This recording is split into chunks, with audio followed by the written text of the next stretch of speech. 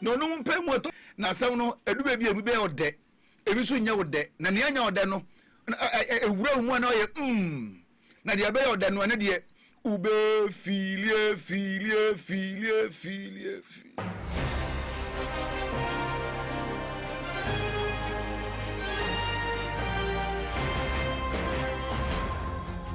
na kasie mu no aman ne de aba se yemfa nefuo makomakom yenu efensi ho na yemfa nya hunedie yebekwa ahoma no so nyakogi nkyiremu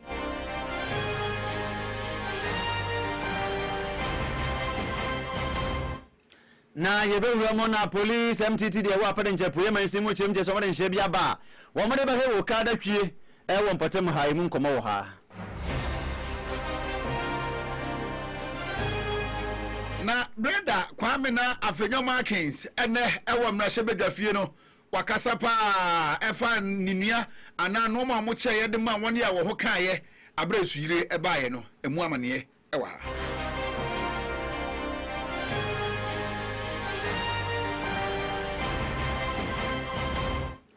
na menteme ho ase akoso ewo sehwehare no na sayira no ho chese nipa miensa mu pra ye ne mu ba kwa asa wuo ntinu wo ngusu ewu kakrakra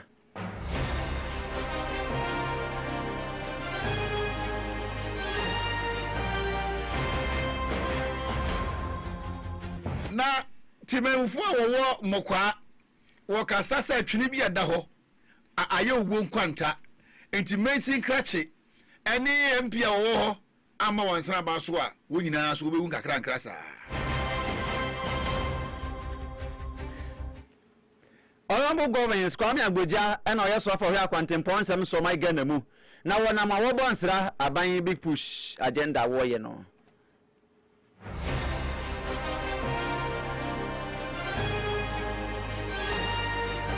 Ye betwari yesio akwa obi mazu Zimbabwe na divine lunga abranti oye hwan nyame nkwia nkotwa no monse do yeba adi munkyeremu adi abansam weni nsama wodo bebre ari ade beso mo nanwumre yi se no num ne fakase na digita nti adwumakuo wodo na nato don hwere ne ba kwa ma yese yembe kase no efa ma na se adwumakuo yi omdo so pa ebini asundwe funse na accessories the German Rural Bank Dr. Co powder mo Ebenezer Unique Ventures can cure decoction Ken Abbey ne Richland some Tech Oxford Senior High School agaye donda so taechire na Vego Target Electrical Home and Appliances na mine na tenase ono de ko Facebook no TikTok and YouTube no software them ono te wono find my pa and YouTube no be hu ya de chema TV ginam den pa TikTok ni Facebook ni na so ye blaze den X no I de chema one modern Ghana I de chema radio 91.9 website no ensem e kuturi na de gu ona abo na bi wo ho kese a ese o mu wintia o de kwan na ko kepike ko tie asoma yi dwinipa ho afa Dr. Momo adombie Performance Center afa Samsi Erade Kasa and that's what also afa Richie owofom ono so topete na ma route ni wait and get there ye yom de ni omu yebu azemai e misa krum Ike Kuto awate chemke Lord of City wana afa kase no na ko pie wo bo ampesem to so suku a chechirefo no na afa kase ne se filimbam omo tata nwanya sem kuma kra oh sedan ye bo akomo ani Mr. Kowa mu nyina afa kase den pa nya sem kuma na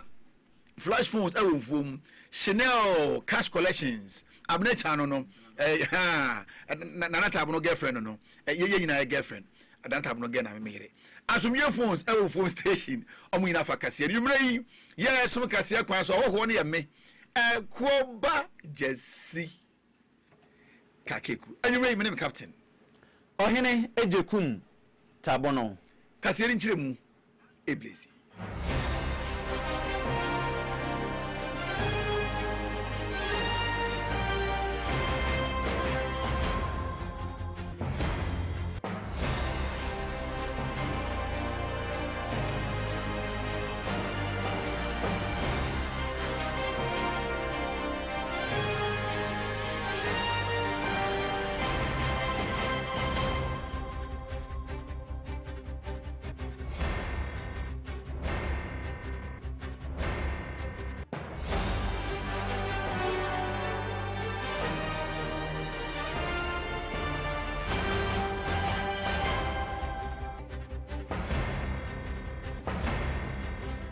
Yedienie 91.9. Fatuo Dentraman Radio. Yedienie 91.9. Fatuo Dentraman Radio. Enti ensem nche mu ne de bre wo sanse oso abrewa wo cha abrewa do awa na akwete bre na yen ensem wo asema wo dia ye di free yankasa ye di ma pade nche poye mansin mu na wo ba pade nche poye mansin mu a ye mi se abanyi ba ya wo de nche ba wo chem je se ho behia se mabro mu nya adwuma ye ntinu wo mo fa moto emra no mo fa ma ya adwuma nte ne fa ba ko ni pa ba ko mi yensa bi ya na wo do mo ko nya ska akari aba ho ne so no moto ni ba ye no ase ya ye ko to be kuma e ma fredi mu nsem a enam wo ha no ye nkwan de masem ne ye kan sanse mpere se wiase dia de won wo ham entiye na omode wo ye entiye na ye ham na ama mu nsem wo iburuja kasika wo moje ebi nsu ni mra so na ne nyina mu no wo ba pa de nchepoye mansi mu a wo mu ahwe shen ekodi akoni abansem so police pani a woda no deputy superintendent of police DSP Michael Nkekesi wa ba ye nchen wa homa no so ni bedi nkomo wo so mo de nche begwa kwamu a wo mo de ba bua he ma kan shen a ye twie eni moto a ekoso nyina man Ghana mu ti udu nkwa no wo mo hwe de mra aye adwuma na wo ba yi de ye nkodi nkomo DSP ayire mo aju ye nia me ba cho wo mpori mboko de Nyakopon da roma ye ho ye pa itimi bi ma tiefu tie die asra na elema awrade anwumre ye frɛ wa bɔkɔ ne nyina ne ye sɛ mo je sɛ mo de niam bi agu akwan mu a ɛwɔ sɛ mo ma adehye wo mo otwi ahyɛn wo mo otwi moto wo mo so ayɛ foro nyina na so tie na wada roma ma ye ntie wɔ ye kwan da hɔ hello DSP mbacho wo timi nka aha na me kan se yan nte se mo de niam bi agu akwan mu ayɛ nhyehyɛ ahodo a mo de beboa ma wo mo otwi ahyɛn wo mo otwi moto di tripa wodu nkwa ne mpatima pa de nchepoe mansim wo no beboa ma yɛn nyina yɛ ho ahen ha yɛn enti sabre de ekwan da ho ma yɛn nti onhye be na wo saa no ni tia ko nyina na awie asefo ho no se ye hu se moto fo no to na register wo moto to na share helmet any open riding license enti ye bon kaye akai o mu bi unse by 2 weeks time no ye be operation kesi a abanbofo nyina de won ho begin na jasema o ma register enti ye ka say obi anche no so no onye ni nyoma yi na asenka fo no so ye taxi fo no so enche eno so se omoto ye be show mo kata sem enti obi a enye krado se obedi mraso enti DSP mpacho license ya wo ka ho asemi no we bi wona mo a owo car owo license na o moto na mum woni moto license mpacho eno no emra ne bedi no na wono wade ne moto nam ne nso mpacho ebi a wo kwa yai na aba na wo mfa nya adwuma no wa nhye moto che ne bia eno nso mbache ne wana emfa hu se odi ye adwuma na so fa nya adwuma se wonam kwantipɔ no so a anase krom a baabi a wonam bia no se odi mraso na yetumi ehwe se kwanso jojo no asundwe beba afi safety ntina se obi a nche helmet na onfa helmet so ma omo tina omochi no ye pillion riders ya enche bi se be ya BBC a nipa no ebenya nkwa enti kwanso jojo ye pese obi a ye safe adunti na ye sa occasion no ya hari ya me pa kire se me a me work car na me wo me license no me to moto aje se me sign enya moto license ana riding license nko na card nko enti DDL for aye ready say obiara owo botu ya no okoka ye be ma o ta license ati bua wo mo je kura wo main license daddy license no enye no ana omoji wo moto na enye pe na se ne wo pro wo mpeu wunya to moto nko ade a wo articulator license kura je se ko di moto de no nye sa mo beche no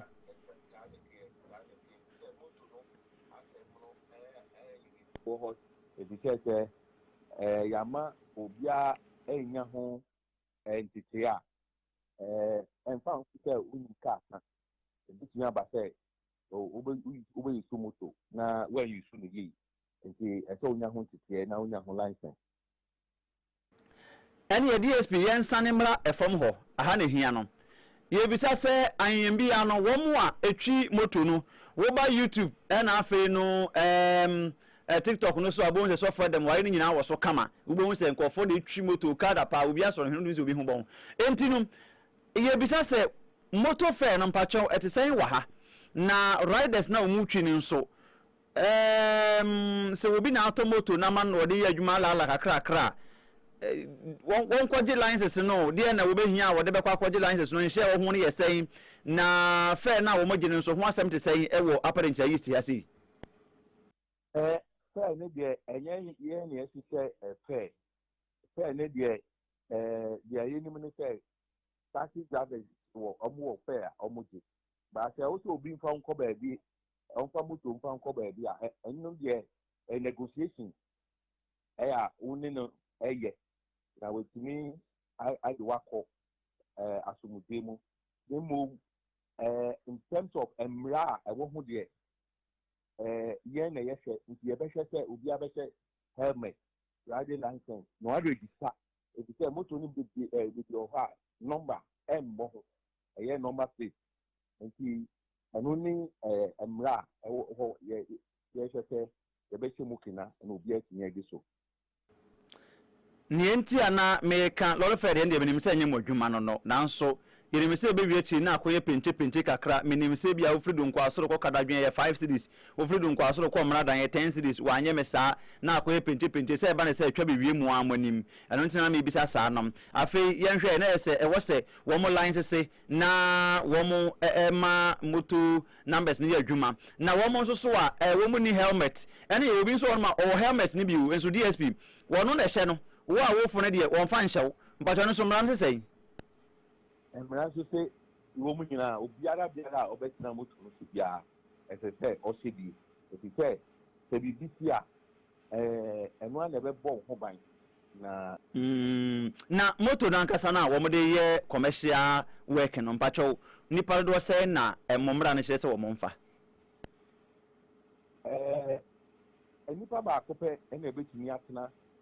akyire nti ɔmo a mofa nipa mmienu na abɛhwɛ na nipa mmiɛnsa ɛyɛ rider ne ka ho na ɛyɛ mmiɛnsa ɛno atua mmara nti ne nyinaa ka ho a yɛde starte ɛwɔ security level a ɛyɛ abanbɔfo nyinaa ɛde wɔn ho ba bɛhyɛ mu na yɛabɛyɛ sɛ adwumadie no nti saa bere deɛ yɛama bɛyɛ 2 weeks obiara ɛmfa ntoto ne nneɛma enti dapɛn mienu a mode ama wɔ no mu yi na obi kɔyɛ asombrakyɛ wantie mubenya bi nso na sɛ kɔba no saa na mo kye no a DSP Michael Nkekesi mubɛyɛ no dɛn mmara no sesɛn yɛsɛ sɛ yɛde wokɔ court nti kwan bi aso no yɛde wobɛkɔ court ebi mu wɔ hɔ so a ɔma yɛ biribi a aka no bɛyɛ bi a road work pɛ ɔnyɛyɛ obi biara na aka road work ɛba ne saa ɛtumi ma wo ɛberɛ sɛ kɔkɔyɛ ka ho na sɛ ɛnyɛ dɛ ɛyɛ pɛyɛ saa ne yɛba bɛyɛ no enti wei no maho sɛ motor riders no ɔmo wɔ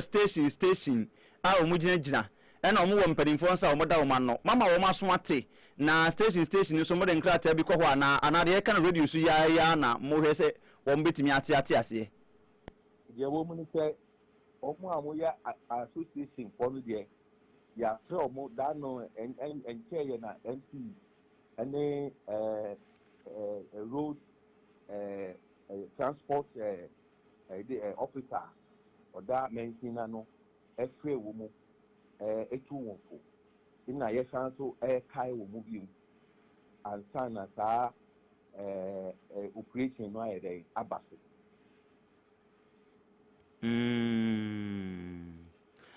yo enti na ɛsɛ neɛ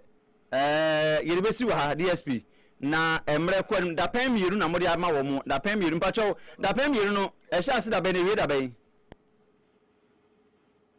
yɛmfa date nsi wɔ sɛ yɛyɛ na ɔtwe mmienu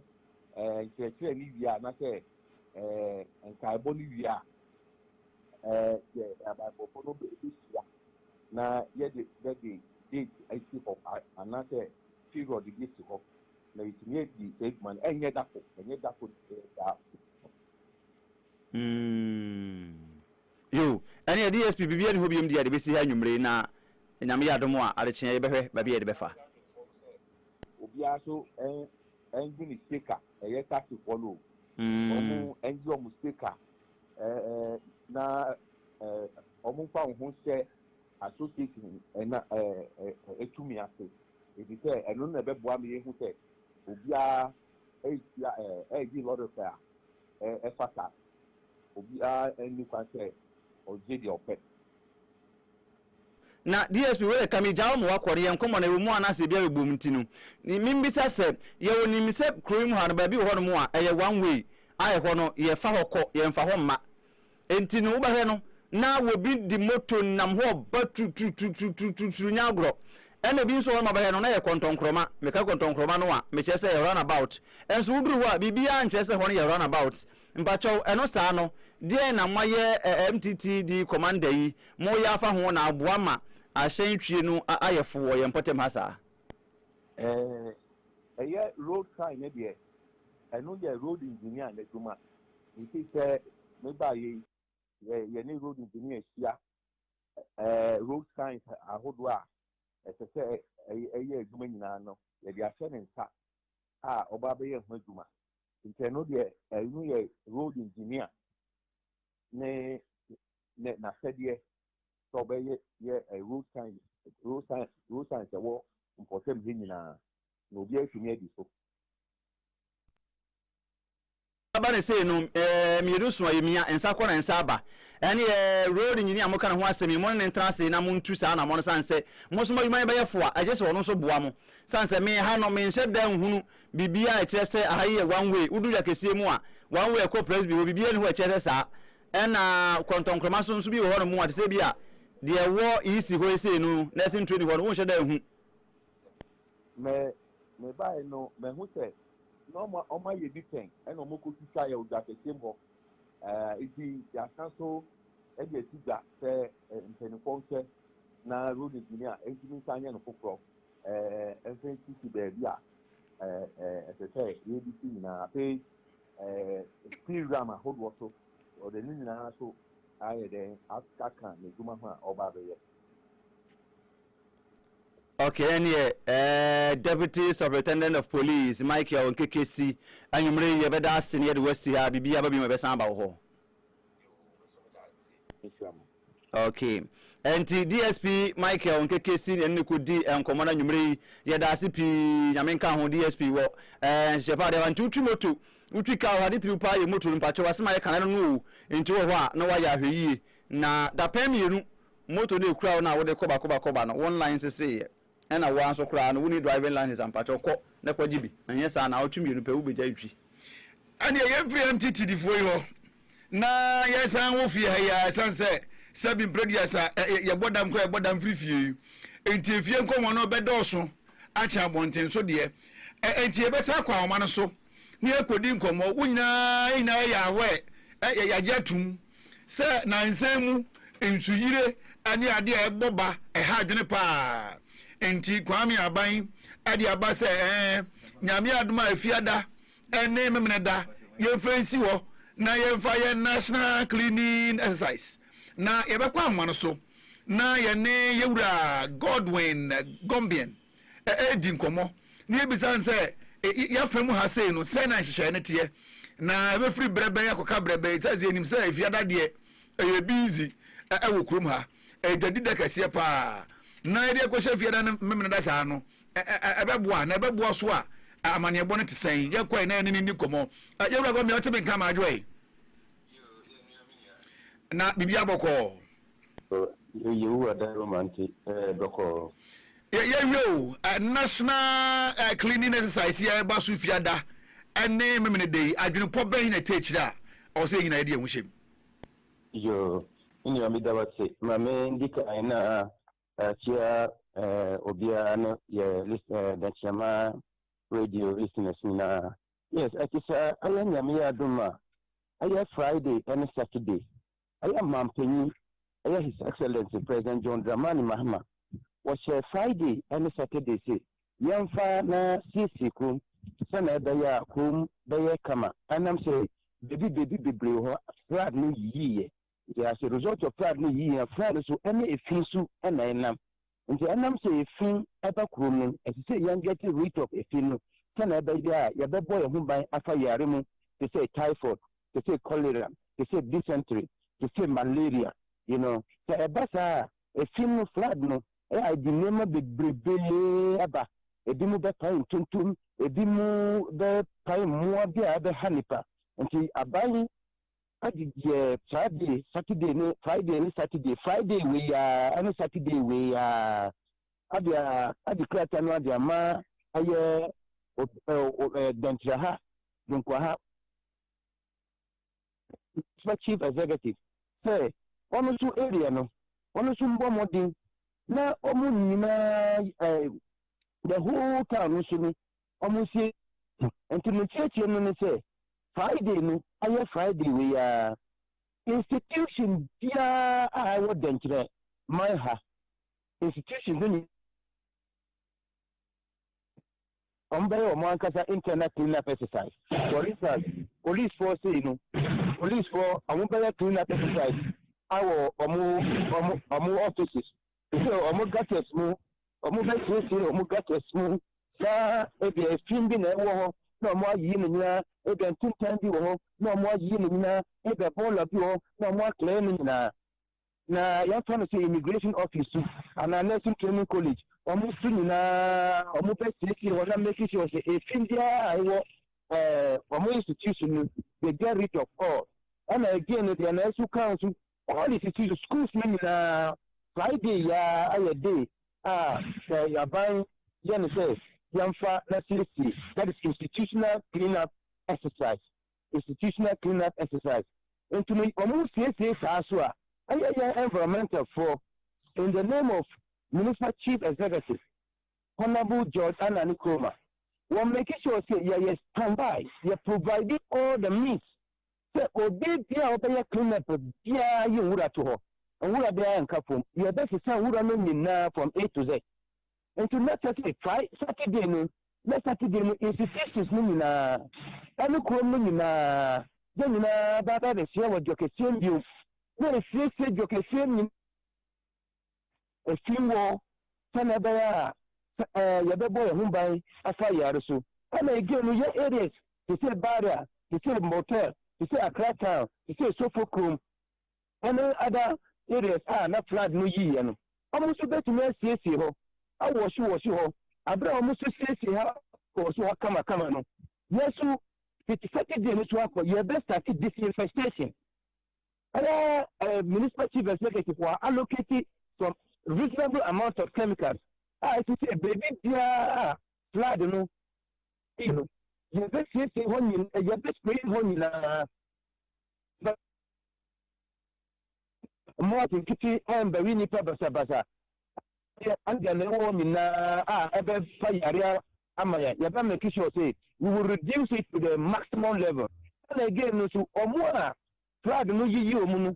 efin biara ɔmo bɛyɛ biara efin biara ɔmo bɛyi biara esiesie a ɔmo yɛ bɛ ɔmo make sure ɔmo di abɛnkwan na bɛyɛ collective crew no yɛ corals abɛ yɛfa nwura no a yɛbɛtumi asesa nwura no nyinaa kamakama ama kurom no ayɛ kamakama nti ne nyɛ sɛ wobisa me a let's say Friday we no ɛyɛ institutional clean up exercise institution biara schools no nyinaa private schools no nyinaa abɛntuma no nyinaa ebi no na mi bɔbɔ ɛ ɔmo ankasa bɛyɛ ɔmo internal clean up exercise ɛna municipal assembly so yɛso ɛyɛ institution yɛso yɛbɛyɛ exercise no so na Saturday no let's say ɛkɔyɛ general one ɛkɔyɛ massive one ɛna ege so no yɛyɛ sɛ car biara ɛntu mother room ɛna ege no so no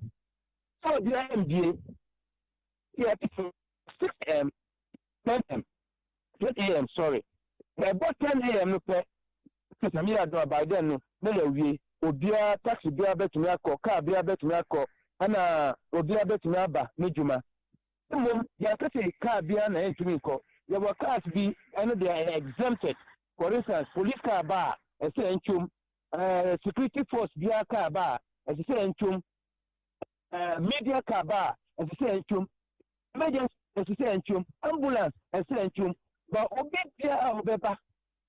no mo car say me call me to call me limpa ya clean up anyway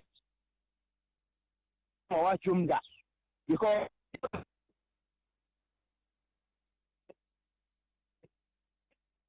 nti na ukwa na ubeka se wonti ana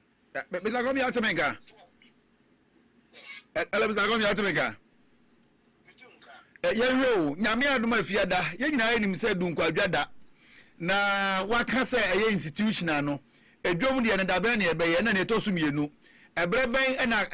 taxes no wontumi enye adwuma no ne nyina na fa bom ma me na benenti efansi no Friday institutions here Friday no I have for institutional cleanup exercise institution pia ewa schools nyina departments nyina assembly ha nyina baby pia ya aya from time no mo be start up to time no mo ankasa be wi na Saturday no na be massive general cleanup exercise aya be jacket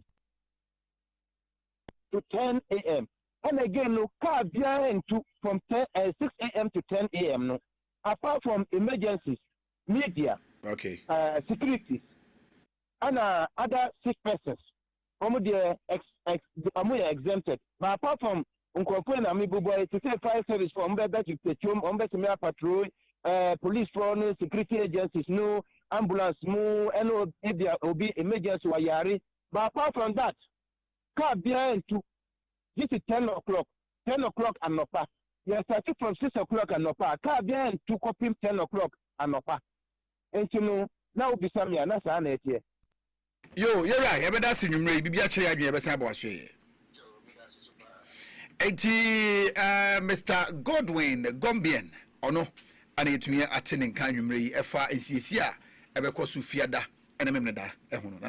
Yada so was answer in some one tia can be man says in a banner chesem will call contingency fund the Monasa fund of Brika can was much I was a winum a for Trubia and 20 scale 2 more to one and Sabia net one now cover Sabia in Yarwa na Sabia or Habia manibia free aura na yadanda who are you training bia and to a biam young one whatever sending with your bow near where say be a credit free one and Tabinum a down who you say to a UHS Mantembe and some and a fire was the young cum near go basic some person opepe ahasa adunum aye 350 million grants na okogidi free mu a whatever bua woni asa wo hawi eka wonum wo madan mo fie wo ne ma asaye na num wo dadom kuma hia ne e ma mo ne nsentwofo de nkita ho mo chemche se na kana wo se nka ban pa before tofro na ko ne ho ewura mu wo ekoyi sika de be hesa ade we sansem contingency fund de ade be hye bi da ho a se nka obowura mu sabere ya sem nsu eto ya yida fa nkofo ntinu e wo na okoyi sika de free na dom kuma ne ba ndani abedi akiri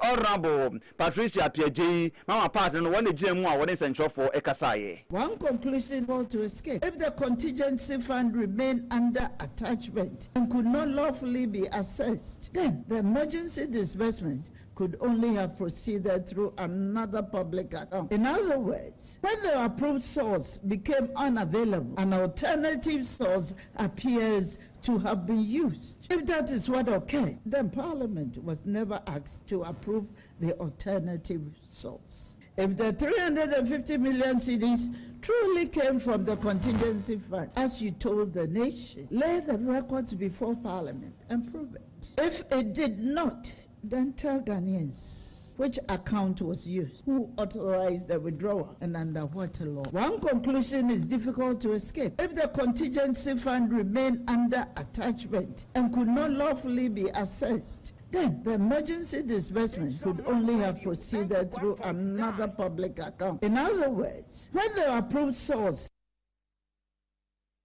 Yeah, what is what say? Honorable Patricia Pierre Jane, now this worker Sanoa, what is some don't come on about Daniel Bidichi, and we and watch them much the same. We say no Hobby Yas and Carbano Penny of Health and Training Seven Swarm, Attorney General, Minister of Justice, Dr. Dominic Rutinga Ayini, Hobby Yas and Cornwall Cranum, will tune what years to know or resign yet,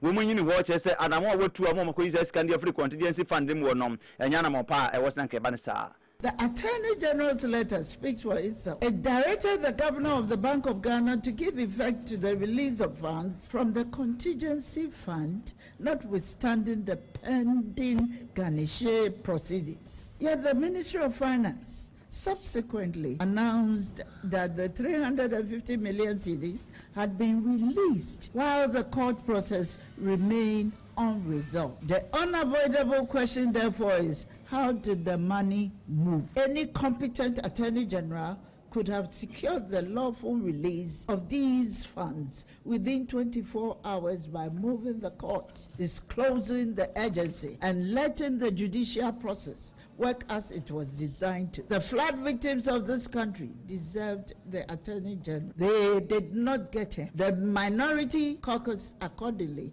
calls on the Attorney General and Minister of Justice to resign forthwith. Should he fail to do the honorable thing, we call on the President, who swore an oath to preserve, protect, and defend this Constitution, to relieve him of office without delay.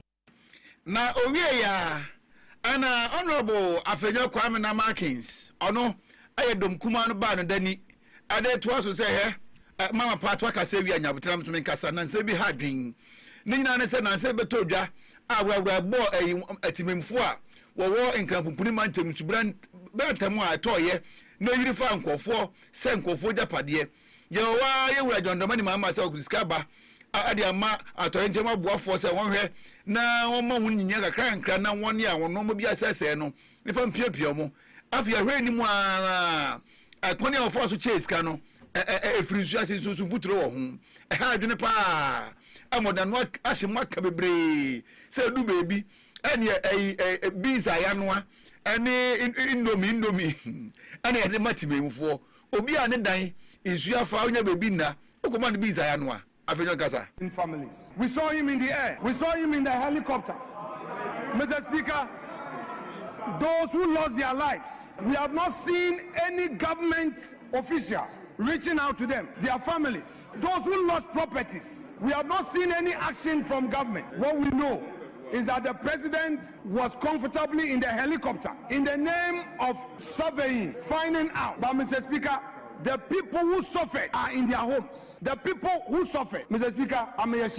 is government taking data of those who suffered? My own Winneba, Efutu, 6 communities were submerged. Janazi, Atachedo, Jahazi, Mr. Speaker, interacting with the chief and the people. Mr. Speaker, they are in pain. I've spent days with my people. Mr. Speaker, the roads have been cut off. They can't go to their farms, Mr. Speaker. That is a reality. We are talking about Accra. Winneba, 6 communities. Janjansi people cannot cross Winneba. Jahazi, they cannot. Atachedo, they cannot. Inswechi, they cannot. Osbompeyin, they cannot. Atetu, they cannot. Silver Chrome, they cannot. That is the situation. Mr. Speaker, I think, hold a view, that, Mr. Speaker, beyond the optics, government must demonstrate serious action. Na, we know that was to say, a hard pa. Say you are John Dramani Mahama, a quote na wiem, and I just all her a month for pimpim. Say, or Bessie from Pan or Wabako, a banner saying, Monkafra, or it is our relationship in Padam, or your Casaipa. We have been told that some funds have been released. Tonight. Only yesterday, Mr. Speaker, we saw NADMO at Nima and Accra Newtown sharing baked beans and Indomie. Baked beans.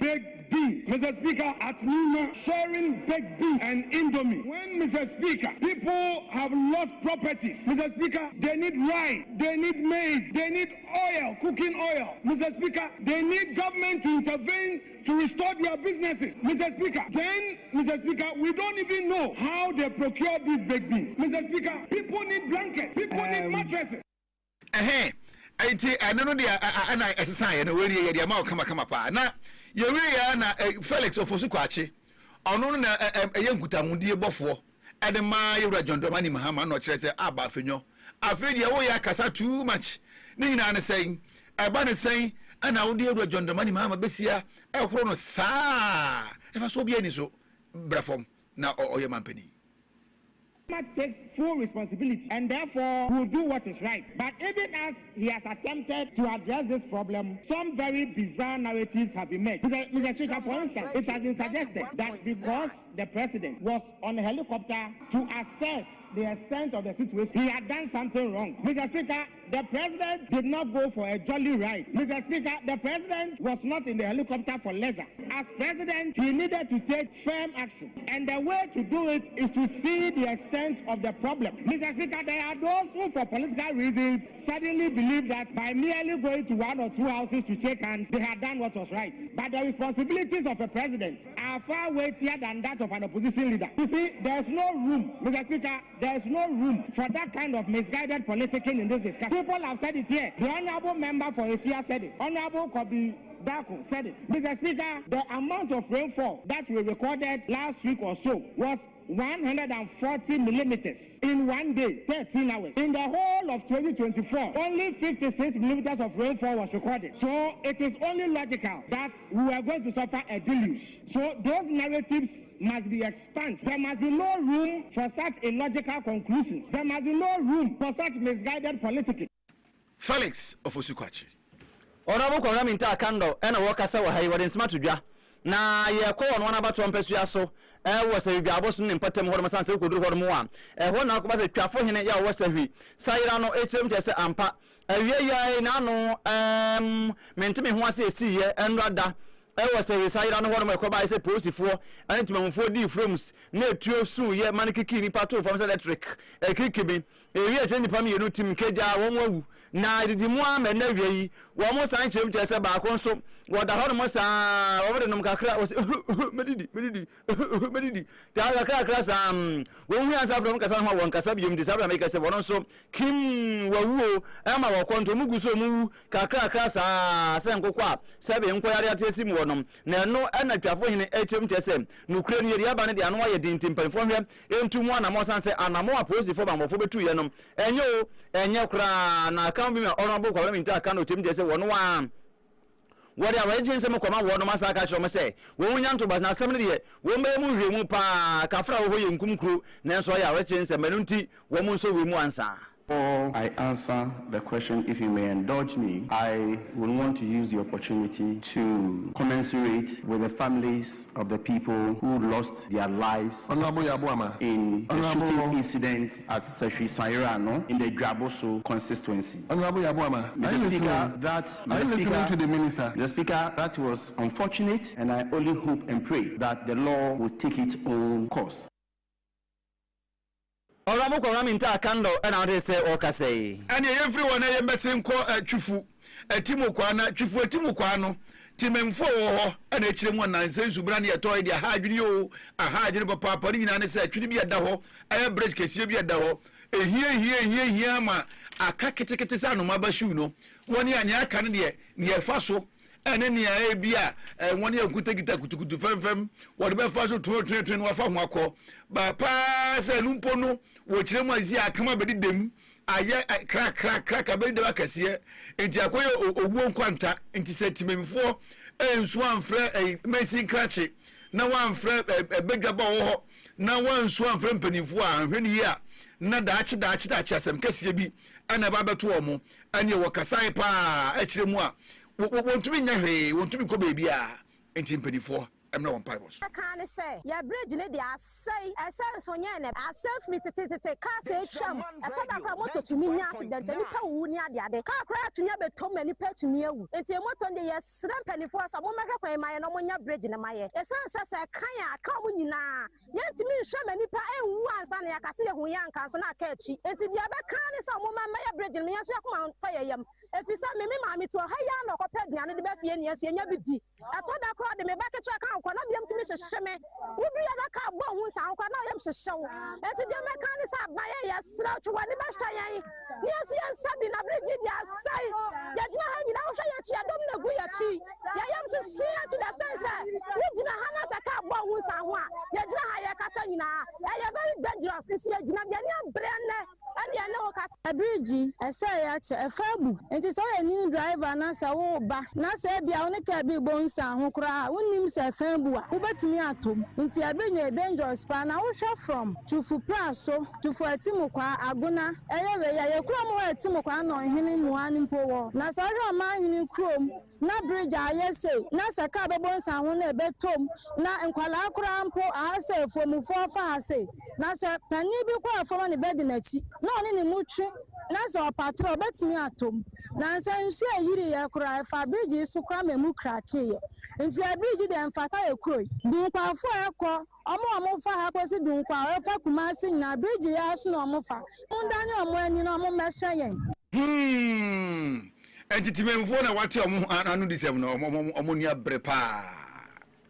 Yanko honorable governors Kwame Agboja yo so afọ ya kwantempo nsem so my garemu na wakasa ya wode smatu ja wochim de se wonam kwantempo ahodo so aban di amase wo mohwe na wo nya ho adwuma na entimi nda so yie ma yen ni nyina na ye big push agenda wo de aba na ko atimpoku ni asikuma kwantempo so junction ko de ko framante mu voter regional ya de se wako na akọbọ ho mo nsrahwe na abra wako na wochim te se ho behia pasa nsem se wo hwe de ade na se wo hwe wo ne ma na so na hwegu a ya na hye ne be yen soro nkokora nti nsubranta mo to ya yirifa ya kwan hodo a awhoro akwan ko se de awhoro samahuru efiri odasani hu ona se nkuku mu ono aka mu woni ada ho pa nti otem de se omo mo ye kwan no omo mani na ho no mo nya ni yiye kuri se nsuo tompo na se yirifa kwan so a entimi nwa kwan na se nhoro kwan no enko nti omo nya ni yiye pa na bra ko ye ewo ye atimpoku asikuma enkwanta no so kwantempo a wo mo eye no na wo tese na ni ade pa kire se niam a wo mo ede ye na kwan fa so mo ye adwuma no saa na ne kra ehwe na ba ko ye no wo so ne edukure ni na adwuma no na the most professional, technically and everything, the way they have presented their work, I think other contractors on the corridor can learn from them. This is a very detailed presentation.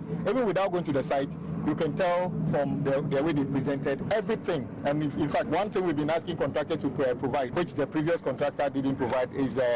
the work schedule. So you can tell today they are supposed to be doing earthworks or they are supposed to be doing concrete work. Others have forgotten to do that. But it is very critical. In fact, we pay you to do that. It's part of the money we pay you to do that. So if we keep coming to your site and you are lacking in terms of presentation, we can actually deduct some money from you because it means that we're giving you money to do something and you didn't do it. And there's no reason. The contract price is not an automatic money to be given to you. You will only draw down that money when you work for it and we can certify that project. So those whose presentation have been a bit less than expected, you know that we paid you for it. And if after some time you can't show that you are doing the presentation well, we will deduct it from your money. But so far, it's good. The quality of work is good as well. We want to encourage the contractor to continue and complete this project. This is just 8 kilometers. This is not a 24-month project at all. We think this project can be completed early part of next year, and we should work towards that. And to the contractor, we know that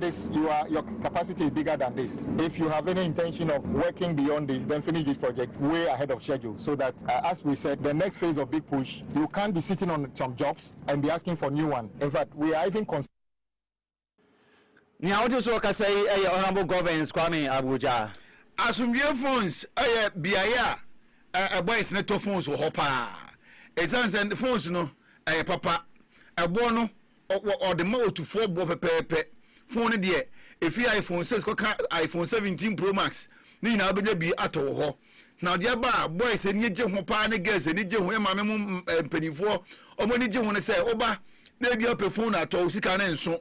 e na oba wo de kakraba ade che wo de kakraba ya gini ama receipt says caraba no pay now the receipts na beji phone no and then FSA your Techno phones your Samsung phones Itel tablet the mama frano laptop you see the TV abeka home and yet no man dey bebre accessories is no doso say phone chargers phone covers and then the data phone ni Bluetooth earpiece no and the speakers ni na bi wo ya so ye na phone no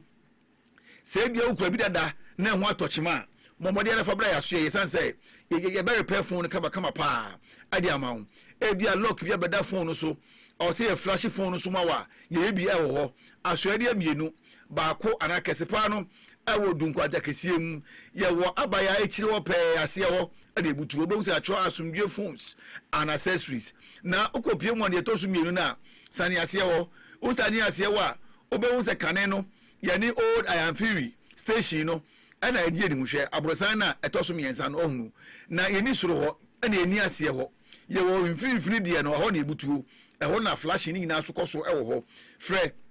Francis no nya flash ni ma 0243508189 na director no shaking so be frɛ na was 0546220593 asumye phones there phone papa himfie ene ho na some tech Oxford Senior High School seven catch us say maamefo mo mawie JHS afina omo results no na wotwe ba ko mienu e dey enim ya baba yi muntie sisi no per secondary school do ba akwa papa na anie some tech Oxford Senior High School and make am for the amount onim se kane no na e private school and you onya te private school I say ne boarding sisi ni abanie aban no e the free SHS ni bi e the aba ho enti mo fra afina wo ba and your free SHS mo ba enjoy pa school ni papa over Facebook no so be help building na tefo a o mo amo wo chichiri benche ni na some tech we general art general science business agric science home economics ni na wo bi wo ho wo boarding facilities wo ho o a day student a akonya ne wo ho form 2 and form 3 for no so no emra ye be gem kama pa JHS primary and the kindergarten na bi e wo yaso ye Fred Master 0243114374 and answer 0540367606 na yentumi emwa Benjamin Rural Bank says to savings premium odachi savings or the aba obadachi savings was also at the abeka home fixed deposits treasury bill white gold investment and agricultural investment ni na no wodi bia ba mobile money services no Apex Link ACH Unity Link ni Switch MoneyGram ria ni na no wodi bia ba loans no so de ani buburuja agri term loans susu loans funeral loans project finance loan ne super overdraft ni na no wo ma loan ni bi mo de kudi ujuma asuani amienu Kesipa no ewo Canary Road ye ni anti maternity health care center no na ebo mo ye di adwuma Ayamfiri ye wo Ayamfiri station wana ye ni OC fast food no na e di enim hwa ye di adwuma fra 0303981229 and as 0503230233 ni enu enyini emmom Doc Chako powder no dura ade bia wo yefunu mu anye ya de bia ba yefunu no mu oje wo ho anje Doc ebetu ase de ama wo 100% natural ebia frama bia begina oyem kekaw o kidney ho atochima o liver ho atochima ni nyina ebetu ase de ama wo opa bia to awe empotemu ase ya ko Anastasia Mensa Pharmacy obenya bi Blue and White Pearl Pharmacy obenya bi Votank Pharmacy Christopher Benchama Radio haya still obenya bi ato Femei na gene dodo mu 0598206885 na to me emwa and as 0206616620 na to me emma bi ento Ebenezer Unique Ventures say men can just a high sense Nasco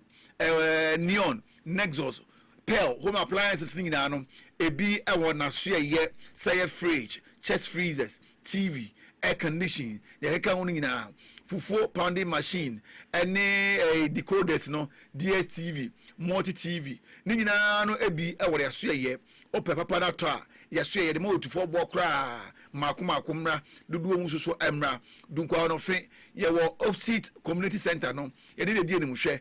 jakese mfo nkwatimpo no so a ho na ebutuo okwa ya mfiri so a ye ne de Chema Rural Bank no na ebo ho a e run about wo ye di adwuma Febra Iben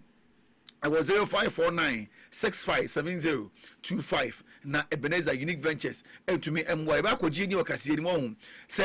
can cure decoction no and the capsules no wunya bi mbo ya bomode na nya bi mbo kama pa say prostrate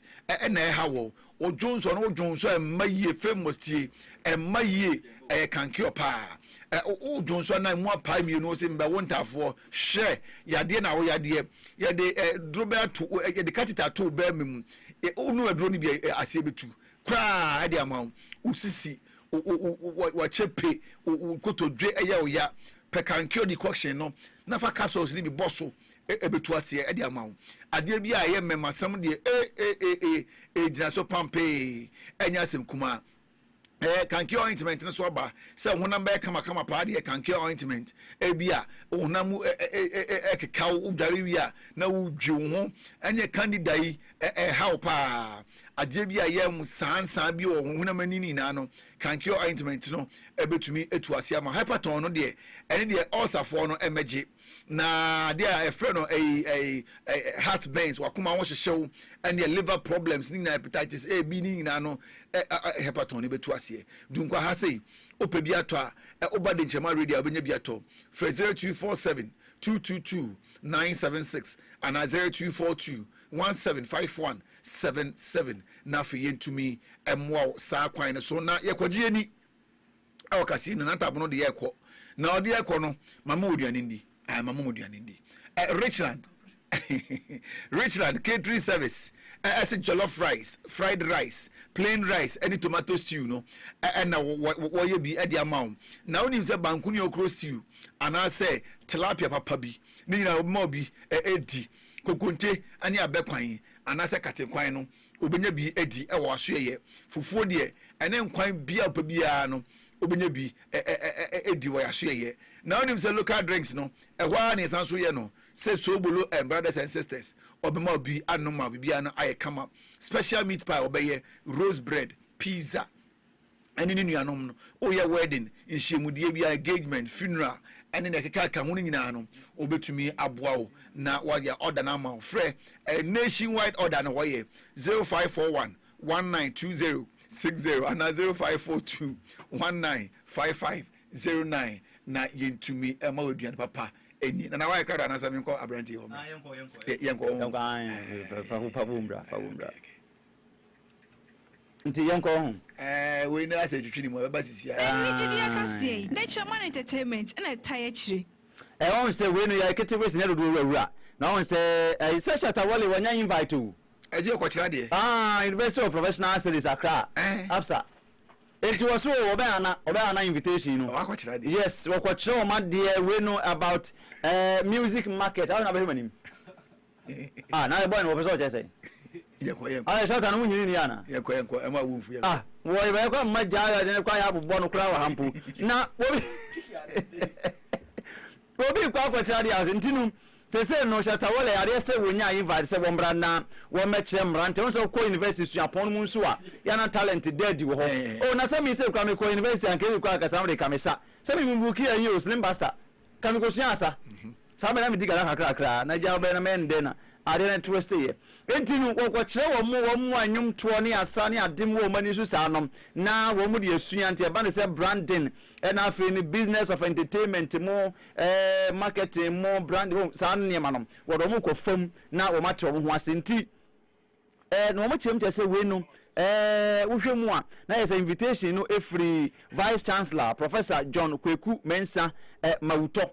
wono no wo de sa invite ne ko ye ase ma wo Mensa Mawuto na nya wo se shout no wo fans no so what ade na se what business na se no nya nwum nko a onya o the business na kan sa enti ehun be hia enti wo person so wa kwa ofo so ebe fo so pa na boy do yo so ebe fo so with 100 bags of cement sa on mo mfanko mo be sidan mfanko enti ye kwa go prabare so can all be natural health clinic say good no syphilis chlamydia candida UTI sexual weakness any I want it to be my own be my ba I want it to be my bomodi anabra ya so ye na yentumi ensaw ya de whooping cough kuku woni ya any hepatitis A B C D ni Q na F ni nyina no ana hypertension no so betu ase de amawo na liver disorders no woye na ni ama ogiri din enie